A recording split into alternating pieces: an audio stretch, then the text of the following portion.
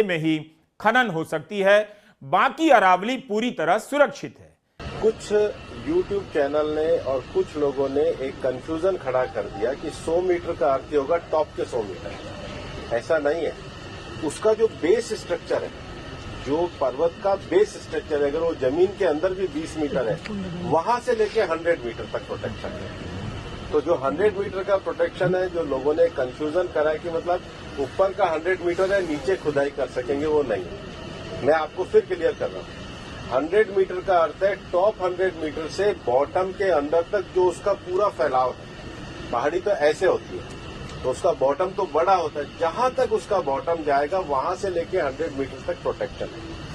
और अगर एक पहाड़ी और दूसरी पहाड़ी के बीच में 500 मीटर का गैप है, तो वो जमीन भी अरावली रेंज मानी जाएगी। इस डेफिनेशन के आने के बाद 90% से ज्यादा एरिया प्रोटेक्टेड एरिया में आ गया। 90% से ज्यादा। मेरा ये स्टेटमेंट लिख लीजिए, टोटल अरावली का एरिया 1,47,000 स्क्वायर किलोमीटर है। इसके बाद केवल अभी की जो मेरे पास 39 डिस्ट्रिक्ट है, केवल 217 किलोमीटर मतलब 2% में ही माइनिंग हो सकती है। दिल्ली में कोई भी माइनिंग अलाउ ही नहीं है, ना हो। मैं फिर दोहरा रहा हूं, दिल्ली के अरावली हिल्स में माइंस पूरी तरीके से बैन है। अरावली में लगभग 20 से ज्यादा फॉरेस्ट रिजर्व प्रोटेक्टेड एरिया वो एज इट इज रहेंगे।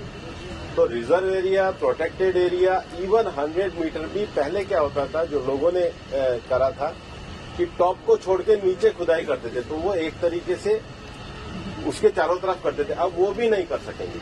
एक्सपर्ट भूपेंद्र यादव की इस बात से सहमत नहीं। उनका मानना है सुप्रीम कोर्ट के फैसले के मुताबिक जो नई परिभाषा तय हुई, उससे अरावली का बड़ा हिस्सा खनन के लिए खुल जाता है। इस फैसले के अनुसार संरक्षित अरावली का दायरा अब सिकुड़ गया है।